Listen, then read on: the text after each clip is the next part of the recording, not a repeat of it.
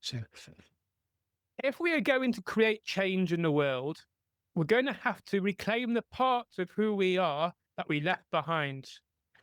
Hello, Anthony. Can you explain more about that? Yeah, I'd love to. What that means is that with each trauma that we've met in our past, we have usually tried to forget it or dissociate from it in order to get back to being okay. And in doing so, we throw the baby out with the bathwater. We forget that there's actually a part of us that got traumatized that we also dissociate from. So when you consider how many times that happens, especially in those first few years of life, there are a lot of broken bits of who we are that are lying there alone and untended, while we generally, as humans, tend to blame the outside world for the way things are. So there's something in there that can be adjusted. Is there something in there that can be adjusted? Would be my question. I obviously feel that there is. Yeah, that makes complete sense because I'm on this path at the moment, and I've been on the path for probably 7 or 8 years now. But it's almost like you go through this helical, and you come up against shadows and insecurities in that moment. You go through them, and then you think, "Oh, great, I've got rid of all them." And then you come back around, and then you meet them again. And I've just literally last couple of days, I've met the next level, and I'm like, Christ Almighty, do you want? Can't I have a break? Can't Yeah. I have a break? But in the hindsight, I feel so much more present, so much more like I've changed massively over the last 2.5 weeks because of all the shadows being brought out. And for me, claiming all these parts and almost, yeah, loving and accepting and nurturing these parts is the key to growth. Yeah, I believe so. I also believe it's the key to wholeness. And the cost, if we don't do it, is enormous. And I think we can see that when we look at adults in our world, even those in prime ministerial or presidential roles in many different countries, that when you hear them in debate with each other, behave like children. There's no real adulthood there. There's no real leadership there. There's a squabble going on like you would have seen in a playground a few years ago. And I think that's the cost, is because we leave so many parts of who we are behind that what's left isn't very much, isn't the original shape we were intended to be. And then the dangerous thing about these parts we leave behind is if we get activated or triggered, all of a sudden they're pulling off puppet strings and we're behaving like an 8-year-old. I'm not saying anything bad about 8-year-olds. I love them, but I don't want to see a prime minister or president speaking like an 8-year-old and thinking that they're going to win, because that's not how we're going to create some positive change around here. Mm. So that's a big one because, like, it's, I think women do this so much better than men generally as a whole. But what I'm finding at the moment is, so one of my things that I want to do is be able to bridge the gap between where men are and where women are. And that's a Mhm. huge gap, massive, massive, huge gap. But in order to do that, we've got to go into ourselves and ask ourselves which parts of ourselves want to be seen in this exact moment, and to sit with it, but also to sit with the uncomfort. Yeah. Well, I think that is key. Being in the discomfort is, you know, if we consider the very basics, that the male tends to penetrate the world and the feminine is more skilled in receiving the world. the male role is to sort of shoot first and ask questions afterwards in a certain way. There's not perhaps the skill or the softness, which is considered weakness, or the sensitivity or vulnerability, which is all considered weakness, to want to actually understand what's going on. So this brings up a riddle for me. Why is it that we always want something that we haven't got when actually we've got exactly what we asked for? Why is it everybody wants what they haven't got when actually they've got exactly what they asked for? And the riddle to me is fascinating because it's about responsibility. It's about the fact that we do want to point the one finger out there and we don't pay attention to the three that are pointing back at me, because in some way we absolve ourselves from doing our work. We absolve ourselves because we can blame someone else for our condition. But the longer that we do that, then the more we delay this incredible opportunity that life offers to us, which is to become whole human beings. And that means tending to our backlog. It means cleaning up those bits in our past that we've ignored because they were too painful. And it doesn't mean we have to revisit the trauma. That's the good news. I don't think we need to revisit the trauma, but my gosh, we do need to help that poor kid who got traumatized. Otherwise, he's going to sit there waiting until he's awakened again, and then he'll come out and pull our puppet strings and make us say things we didn't want to say and try win an argument that isn't winnable, and create all kinds of problems in all of our relationships, especially the intimate ones. Can you say that statement again, please? The riddle. Yeah, why is it we all want what we haven't got when actually we've got exactly what we asked for? Yeah, to me, when you say that, there's a chill going through me, because there's a sense that unconsciously, I think there's the society, we're almost ingrained into this way of living, of wanting more, more, more. But underneath, when we take away these layers, these parts of ourselves, start to reclaim them, and they start to become, it's part of who we are. There's almost a sense that we get that level of fastness, that ocean of fastness, and that idea that within there's everything but nothing. Mm. Yeah. Yeah, I think that's why what I've heard say that the achievement of wisdom is the embrace of paradox.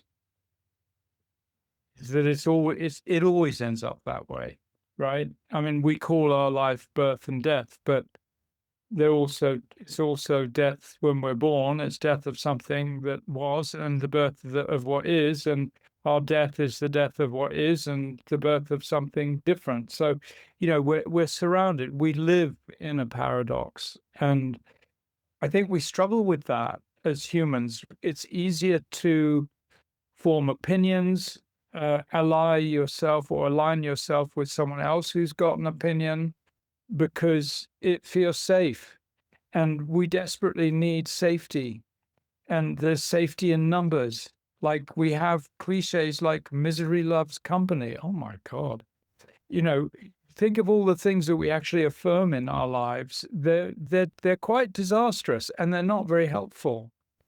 So that belonging that we seek as humans, to me, and this is the paradox again, is because we don't really belong to ourselves. And once we can belong to ourselves and all of those bits that we spoke of, those parts of who what once was, can become a part of me again consciously, then I don't have to feel alone. Actually, I feel abundant. I feel like oh my God, I got a whole orchestra of possibility inside me that I thought it was all one note, but now I've got all the instruments and notes in the scale available to me. So, and of course, we don't see that until we get it. Then when we get it, we look back and we go, oh gosh, duh, of course. Mm. Think of that.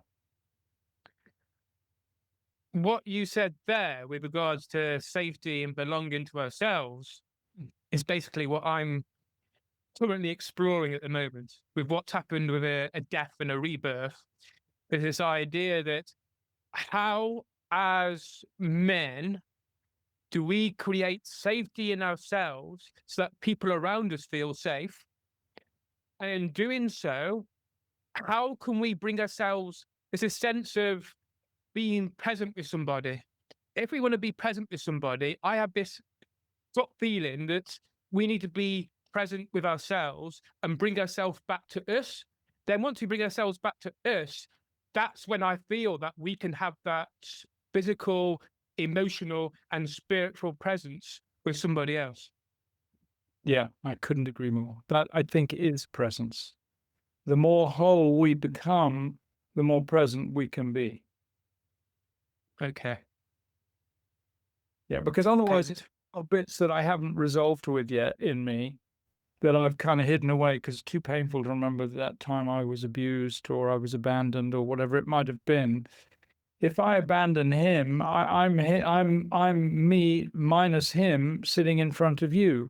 And that him isn't just one him, there are thousands of them. I mean, millions of them. For each time I felt shame or embarrassment or any kind of trauma, something that I didn't want to, none of us want to be in trauma, of course. But there's one thing that Mo Gadat did. He was one of the top bigwigs in Google, and I really thank him for this. He did a survey of 12,000 people, and he asked them,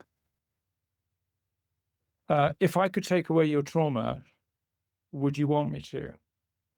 And upon questioning, over 98% of them said, leave me my trauma, I'll keep it. Because without it, I would lose all my new friendships, all the learnings that I've had, all the growth that I've experienced, all the resilience I've developed, all of those things would vanish and I'd be incredibly susceptible again. So a lot's been said about trauma in this last 10 years, especially since COVID and online has become so much more prevalent. And there's been a lot of really healthy inquiry into what trauma is. I think we're understanding that we're at the dawn of a new understanding when it comes to trauma. There's more to discover. For example, we used to think that the best way to deal with trauma was to put you in front of it and muscle up. Now we know the opposite is true, that every time that your trauma gets activated, all those hormones and chemicals, the norepinephrine and the cortisol and the adrenaline are coursing through your body again, and you're going to embed and embody the trauma more each time you get activated, not less. So the things we're discovering are really very enlightening. And at the same time, on the other side of the coin, because you spoke of shadow, and there is the shadow in everything, that trauma in a way is becoming commodified. If you put trauma in a title, you'll get more readers, more views, more likes, more attention, because it's a buzzword and we're trying to figure it out. So there is a middle way, I think. And to me, the good news is that we don't actually have to swallow the trauma again. We have to sneak behind it and rescue that part of us that got wounded or damaged or abandoned. Being a child, I assume. Yeah, being a child. Yeah. Okay. So before we carry on, can you tell us your story, please? Born in England, half Italian. Went to boarding school when I was 7. Hated it, especially being half Italian, because they didn't like wops, is what we got called in those days. Pretty grim school experience all the way through. Went to a public school afterwards, another boarding school. Managed to get out at 16. ran away, got to America, lived there 12 years, left England when I was 17, moved to America for 7 years, came back to England for another 5 or so, and then started traveling, moved to Italy and then Asia, had a good 18 or 19 years experience in Asia, in India and in Indonesia, and then came back to Europe about 10 years ago. And I'm a student of breathwork. Have been since I was 8 years old. I had my first ecstatic or enlightenment experience with breathwork when I was a very young boy. And I've always considered it too good to be true until about, well, I still do, honestly. I still do think it's too good to be true. It's a new true. And I actually picked up breathwork professionally only about 17 or 18 years ago now. It's quite a journey. So how does it feel to be doing breath work at 8 years old? How did it feel, shall I say? Especially when you consider the context that I was in, I was absolutely miserable. Life was grim. I got teased a lot. I was outcast, marginalized, couldn't belong to anything. And then one kid came up and showed me this breath thing, and we did it together, and it changed everything. I saw infinity. I experienced the galaxies. You could say I saw stars. It sounds a bit cartoony, but I saw stars. I saw what I would now call God. And I felt Godness and oneness and understanding, complete understanding. So, with all of the misery that I was living in, I used to cry myself to sleep every night. And, it was kind of rough for a little boy. I all of a sudden I understood, oh my God, that's nothing in comparison to this. This is what's real. So it became a landmark for me and a reference point on my life map forever. I kept coming back to breath work in different circumstances. I was a young father at 17, so during the pregnancy, I was actually coaching my wife, but I didn't know that's what I was doing. That's just what we were told to do, so I did it. And I did it for my first 2 children, and then I studied pranayama and all different kinds of Sufi breathing, all different kinds of chanting and breath work, because I was just amazed at what happened. And it's still today my favorite tool in the box. It's the one that changes things the most quickly for me. And I deal with a lot of addicts. I deal with a lot of depression, suicidal ideation, all the problems that we face in life. I deal with a lot of the shadow space. And I find that the breath is just the most instant way to create a different picture, to create a different map, to understand that there is a different map that we live on in life. But unless we pay the right kind of attention, we won't know it's there. So that's the sadness, is that there are a lot of people who don't know that there is this, I call it the miracle matrix, rather than the matrix that we've seen. There's another whole matrix that's available if we are able to resonate with it. Let's start there actually, because I'll come back to the other bits that we talked about earlier. Just quickly with breath work. So anybody who's new to breath work, what can they expect and what kind of things would they need to do? Well, there are two meanings of breath work. One is that you have to work to breathe consciously. It's effortful. And the other one is that the breath does the work. So paradoxes earlier on, both of these things are true. When you say expectations, it's best not to have any. Actually, expectations are like putting two of the wrong ends of the magnet together, where one pushes the other away. So it's best not to have expectations, but to use the experience as an opportunity to be very curious in a state of wonder, like a child will be. And it doesn't matter what breath pattern you use, if that's the approach you'll take, that is how the most phenomenal results will be experienced. Okay. So Expectation is almost rule number one. Because I know from my own personal experience with breath work that I find that when I go into a certain breath mode, I start to panic and I start to almost hyperventilate. Yeah. How do you step over that kind of hurdle?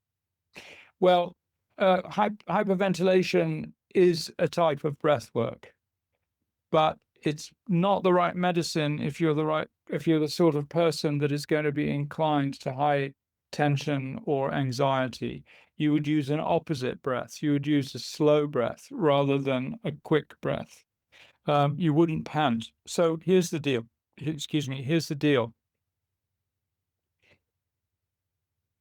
We can hack our nervous system by breathing in certain ways. So if you're anxious, if you're getting tight and contracted, if you're moving towards panic, there are ways we can breathe to balance that back out, to bring you back into equilibrium.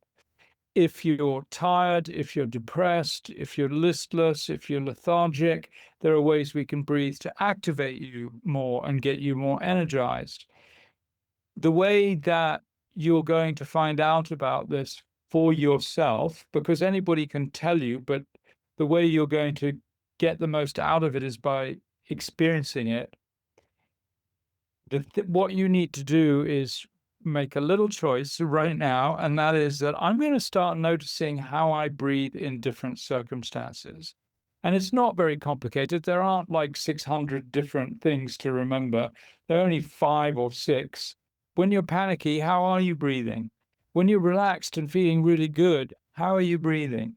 When you're making love, how are you breathing? What happened? Was it enjoyable? Did it all happen too quick? Were there things you would have wanted to be different? How are you breathing? When you wake up in the morning, how are you breathing? When you find it difficult to go to sleep, how are you breathing? When it's easy to go to sleep, how are you breathing? All of these bits of information become the catalog or the manual that each of us has that we can use to recreate those circumstances when we want to.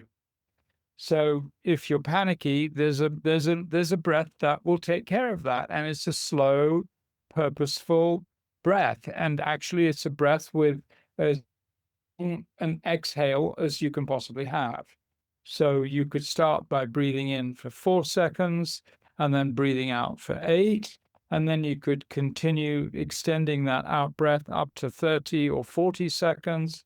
You can make a hum sound when you exhale, and that will also activate your vagus nerve. And that's really how you want to breathe when you're getting stressed. And here's again another little paradox. The best time to do it is when you don't need it.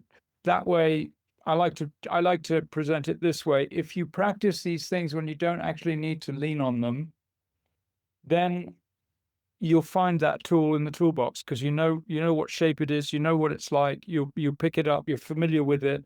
It's almost automatic.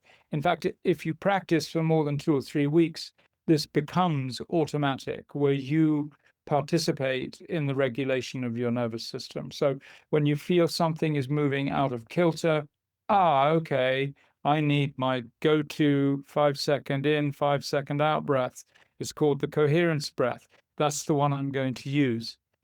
Or if I'm really in a bind or I want to have an extraordinary experience, if I'm stuck in relationship or with something, creative block, a deep depression, whatever it might be of that nature, then a conscious connected breath is a great way to breathe. And that is one that will slow down your motor mechanisms in your frontal lobe and allow you to start to consider things without quite the same racing thoughts that we normally have.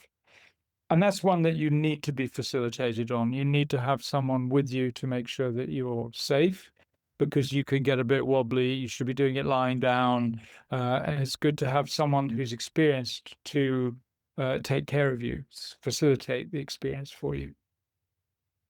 You're saying that with breath, you have the idea that different circumstances will mean different breaths. So, like, having anxiety or being a bit fearful, obviously our heart rate's going to go through the roof. So then taking a nice deep breaths, you're going to slow yourself down. And for shifting stuff, which might be quite traumatic or something big, it's more having that assistance with conscious breaths. Yeah, and conscious connected. And that's what that means, is that you're always breathing in or out. You're never pausing in between breaths. And that connection it changes everything.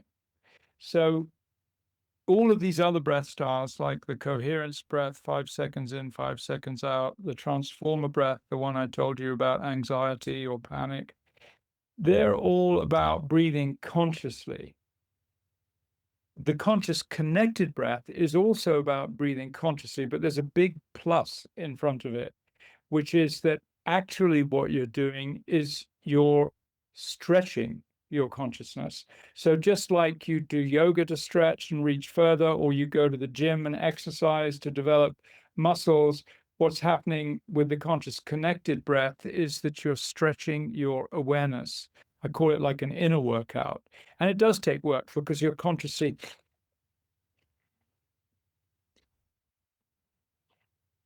you're consciously breathing in and out. I don't know if the sound might not be coming through properly when I do that, but you're consciously breathing in and out like a beautiful violin solo, or think of the waves as they come on the beach and they come in and go out. It's always connected. And what happens with this is really quite unforeseen. I just did two and I feel different. You can imagine doing it for an hour and then some extra, what we would call extraordinary things can happen. Mm. Those extraordinary things are pivotal moments.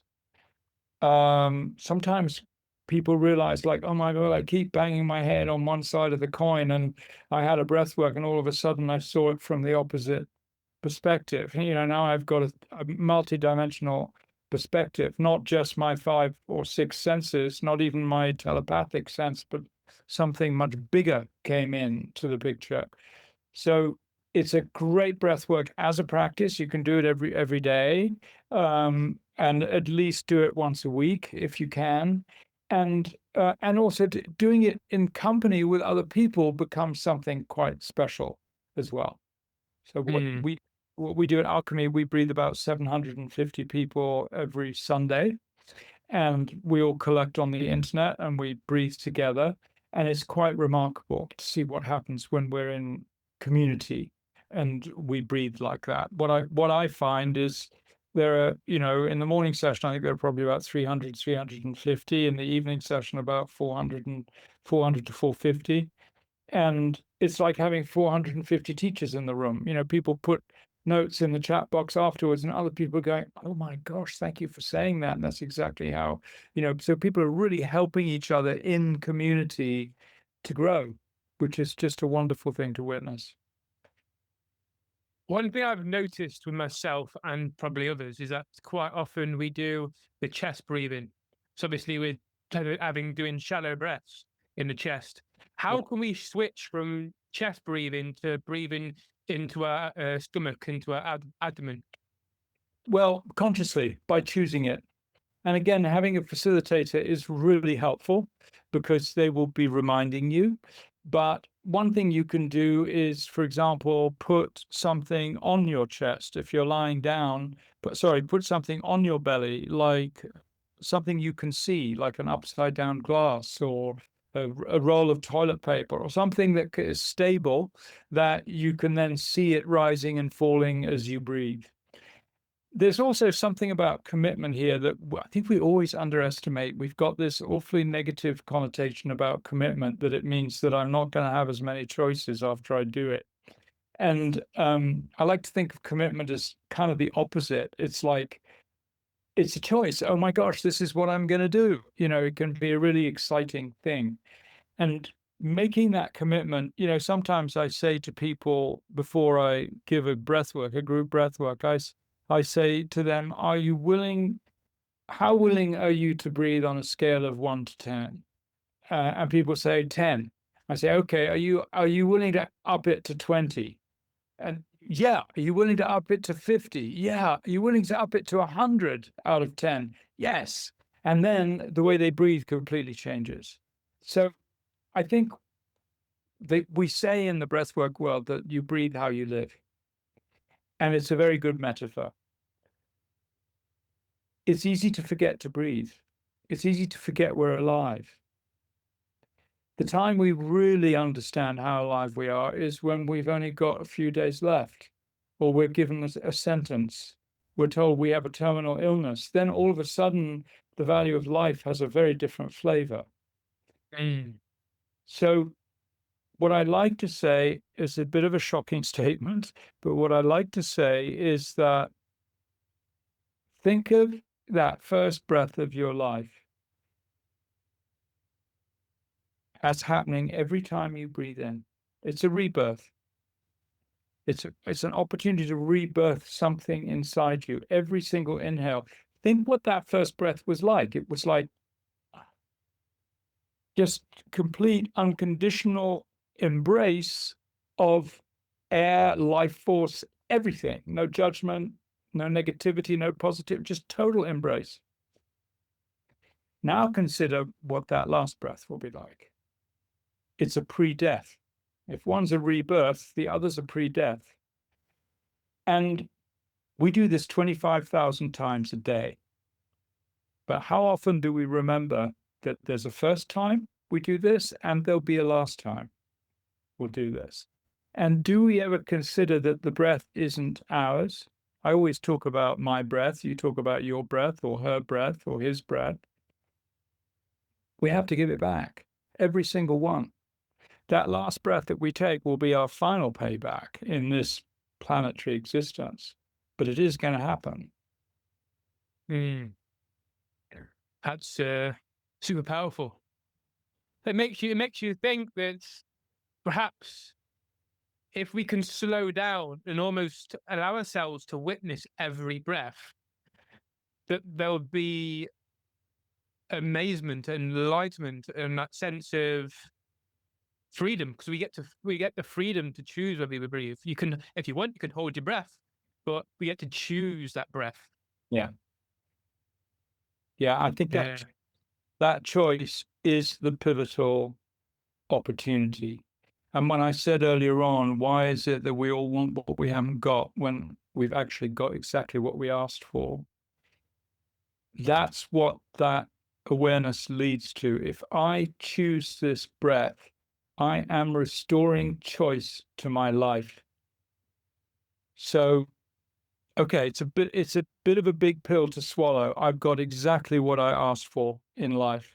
I mean, did I really ask for a backache? Did I really ask for a relationship that someone betrayed me on? Did I really ask to be abused? Did I really ask? That's actually the wrong question. The right question is there something I could have changed in the chain of choices that I made that could have brought me a different outcome than the one I face today? If I'm not happy with what I've got, what's the choice? Just one choice. I mean, there were millions of them along the way. I mean, trillions of choices maybe that led me to be 70 years old and then making some dumb mistake. But what if I just changed one choice along the way? I like to think of it as like you're shooting a rocket to the moon, and you might be 1 or 2 degrees off, but you're going to miss the moon by 100,000 kilometers. So, all we've got to do is change it just one little bit, and we'll hit the moon. We'll have a result. So, what is the choice that we could have changed? And choosing the breath, every time we choose to breathe, we remind ourselves that I'm choosing to do this. We are strengthening. We're restoring a sense of choice to a mind that has learned to suffer without choice. You talk about that one choice, but what stops people from making these choices in the first place? What stops them from really stepping into changing these things? I think trauma. the trauma in the first place, because the trauma was the choiceless moment, was the first time we had no choice. That was the moment that we lost our breath too, right? So, and we were then reduced, well, we are reduced to three choices from the amygdala, from the survival part of the brain, which are fight, flight, or freeze. That's the trauma response: fight, flight, or freeze. How do we get a bigger range of choice? By creating space. That's why one breath is as significant as 25,000 a day or a lifetime of breaths. One breath, if we make a choice to make it, to take that breath, becomes a reversal of a lifetime of habit. And what happens when I mention trauma, just to give some kind of gradation there, imagine you're on an escalator and you're on the upbound escalator, but there's a ceiling there. And the higher you go up, the less space there is. That's kind of what anxiety or panic is like. It's like there's an inevitability of this crunch and lack of space that's going to happen. What also happens as you go up the escalator, as your tension rises, you lose your sense of choice. One by one, you lose them until you reach the panic stage. And then it's like, I'm going to die. I can't escape. I can't even flee anymore. This is, the inevitable ultimate surrender is all that happens on our screen when we're in a panic state like that. So when you think of that escalator going up, and the more we allow the tension to rise, the less choice we have. By the time we come to this point, we don't realize we could turn around and run down the steps quicker than it's going up. We don't think about it that way. There's an interesting story. It's called the Chinchilla story, and it was in 1976 in California, where a school bus driver had about 26 kids on board, and they got hijacked.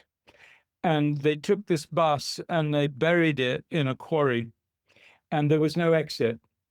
I think actually they put them in a truck container and then they buried it in a quarry. They covered it up with gravel and stuff. And it was like 110 degrees Fahrenheit, which is what, about 38, 40 degrees centigrade. And they couldn't find an exit. And there was one teacher with them, the bus driver, the teacher, and the 24 kids. There was one kid that actually found a way out. And they were in there in total, I think they were in there for like 3.5 days. His name was Jack Barkley. He found a way out. But at first, he couldn't persuade anyone else to follow him because they were in such a traumatized state. They were in such a choiceless state that even when someone offered them a choice on a plate, they couldn't recognize it as a viable way to go. Now, eventually they all did get out. They were rescued, and Jack Barkley was the one that did it. They immediately took them to hospital, and they gave them a half-day psychiatric evaluation, which is really a statement on how much we knew about trauma at the time. And they then let them all go. In the afternoon, they sent them all home. The verdict was that the only one that they were concerned about was Jack Barkley, that he might have difficulty adjusting. Fast forward 10 years, 20 years, studies have been done on those children that were stuck in that school bus. Everybody, apart from Jack Barkley, has been facing disaster in their lives because that choicelessness was impossible to break out of. He's the one that broke out of it, and he is the one that thrived. I have another story, and this happened to a friend of mine who's a psychotherapist, and she went to Lampedusa, which is an island on the south coast of Italy, to bring in refugees from the boats from Syria. And what she used to do when a dinghy would come in and there'd be a couple of dead people and a couple of very ill people and all very cold and weary and in all kinds of conditions, she would welcome them on land and say, "You are a hero. Congratulations. You made the right choice and you survived." And what they found was the people that she welcomed to land are the people that integrated the quickest. So what does this tell us? It tells us that this choiceless state can last a lifetime unless we do something to change it. And what's hidden in that is that acknowledging someone is a tremendous way for them to understand that there's something different than the way I'm thinking. Have you ever noticed in your life you go up to someone and you acknowledge them and they go, "Oh, no, no, no, not really. No, no, no, it wasn't me." Have you ever, I felt that myself when some people say that to me. We're not used to acknowledging ourselves. Indeed, in England, it's almost impolite to acknowledge yourself. We kind of hide behind this false image of, "Oh, no, no, no, modest. No, no, no, no, please, no, no, you rather than me. You first," kind of thing. So without that acknowledgement, we're not going to get traction. We're going to be like a newborn Bambi on an icy lake. We're not going to be able to get movement or traction. We need acknowledgement and we need celebration in order to be able to move forwards in life. And I think this is great news because it doesn't mean that we just have to dig in our shadow and smell all the nasty stuff and bury ourselves in the mucky mud. It means that there is room for celebration and there is room for acknowledgement. So we don't have to lose hope. But the story of both of these stories show the value of making a choice. And that's why I say choosing that one breath becomes the thin end of the wedge that means you can choose another 10 if you need them, another 20 to do it 3 times a day. And the more that you choose it, the stronger you will become. Making a choice. That's super. I think that's super key with anything. But you were talking earlier about, we're talking about trauma, and we're talking about a lot of our trauma is created when we're a child. How can we go back and help our inner child to heal to not necessarily, to overcome the traumas? Yeah. Obviously, you have to make the choice to do the inner child healing. Yeah. Well, to me, inner child work is my favorite work of all because that's where I see the greatest and quickest transitions occur. So here's the good news. We don't have to get the child to beat the trauma. What we need to do is we need to let that part of us, that inner child in each of us, know that we are choosing to show up to provide the protection and the support that it didn't get in the moment that the drama or the trauma occurred. That's what needs to be received by the child. What's that going to take? I mean, I've devised a way over the last 15 years or so that I use almost exclusively now, which is called the bridge, which is a 6-step process that I would sit with someone. I would have them use their breath in different ways as we go through it, but conscious use of breath. And we would go inside and find, and when I say inside, we choose a body sensation that can be associated with the dilemma or the issue at hand. So the issue at hand might be, gosh, when my girlfriend goes to work, she sometimes she doesn't come till 3 in the morning, and I get jealous. I think I've been left. I think she might have met someone. She might not come back. That very likely occurred because as a youngster, when I encouraged them to trace this back to when did that become normal for you to feel that way? How far back do you remember it being normal? Oh, well, my dad left when my mum was pregnant, so I never had a dad. Or my mum left, or she died when I was 1, or she died in childbirth, whatever. So then I know what age we're dealing with, and then as we work together, I say, well, look, when you have this feeling that your girlfriend hasn't come back from work and it's 2 in the morning, I want you to take a couple of breaths and feel that now. Just feel that feeling. And when you do that, where is it in your body? What do you notice in your body? And for example, as I'm speaking, I'm noticing in my upper belly a tension because I had abandonment as a child, and that's kind of where it comes up for me physically. So I'm rubbing it in now as I talk, just letting my inner child know that I'm present with it. But here's the deal, and this is quite serious. This is where my body learned to feel that feeling in the physical realm. And what happens is if we don't listen to that feeling that the body's giving us after a lifetime, that's where chronic illnesses come. That discomfort in the body is the body trying to express itself to my mind. But we don't think that the body's got a lot to say to our mind. We think the brain is in command of everything.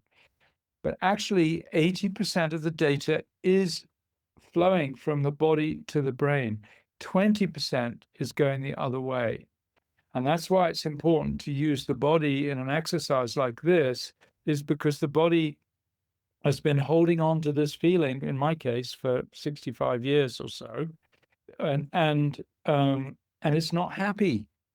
So as I connect with it, or as my clients would connect with it, I would say, okay, put your hand there and just allow this for once, give permission for this physical sensation to be here, because it's always been uncomfortable in the past and you want to shove it aside and have a drink or watch TV or do something different to forget about it, to move away from it. But right now, we want to really give it permission to be present for us.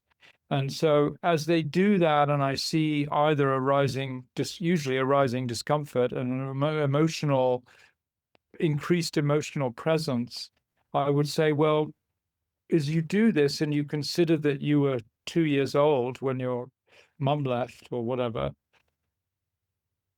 can you notice yourself then as you were then as a little 2-year-old? Do you have some notion of yourself? Would it be a visual thing or a memory or a smell or a touch? Maybe you were spanked. Maybe you were squeezed too tight. Maybe you were cold. You were left outside.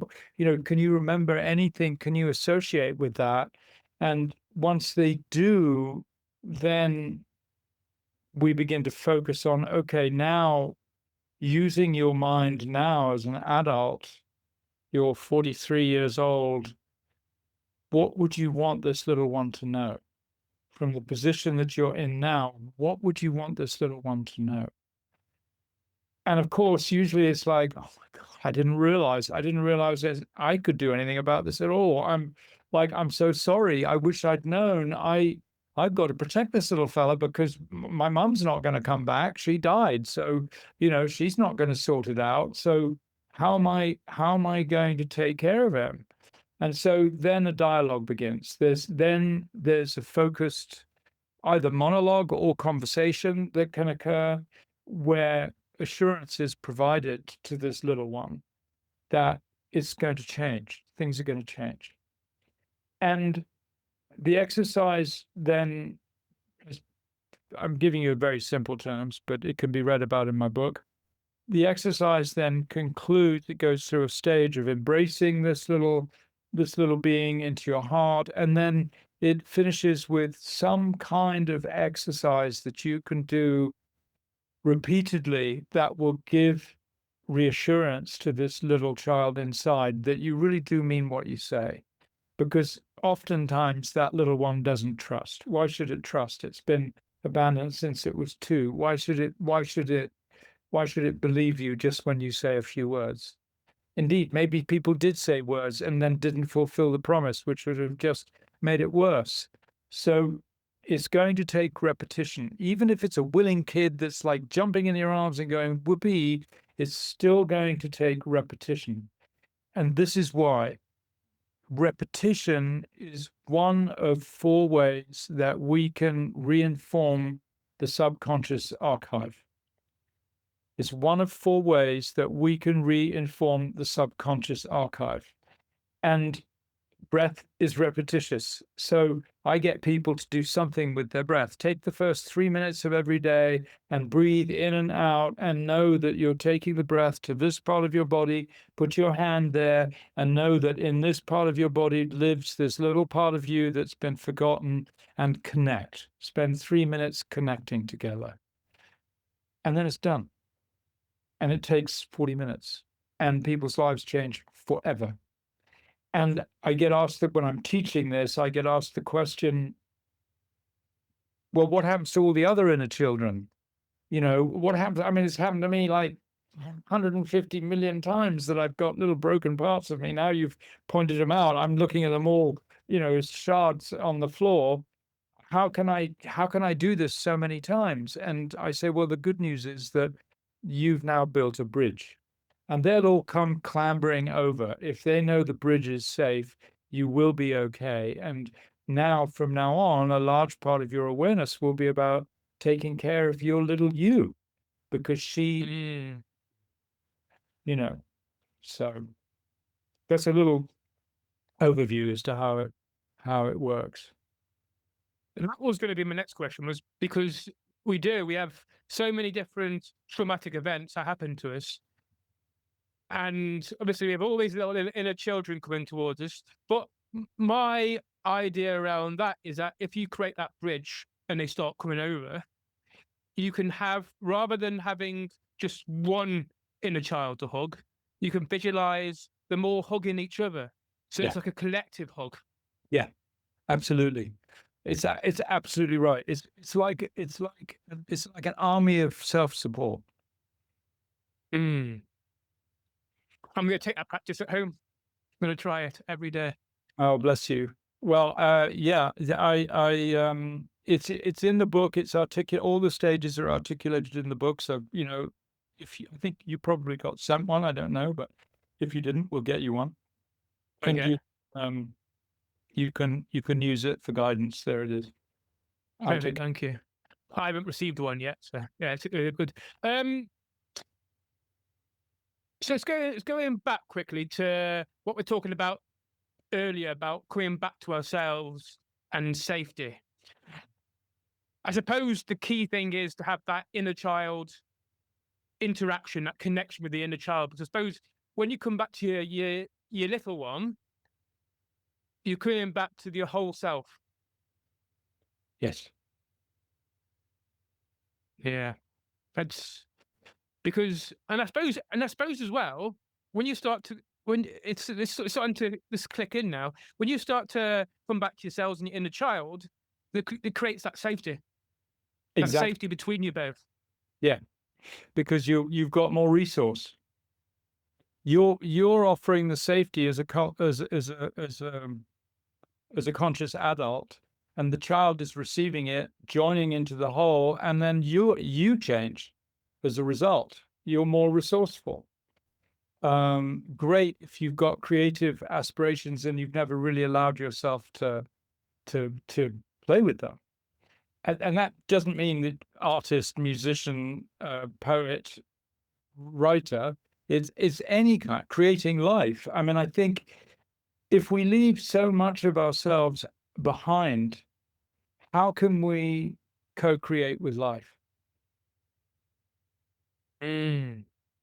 It's right. There's bits and bobs. The things that go running around my head.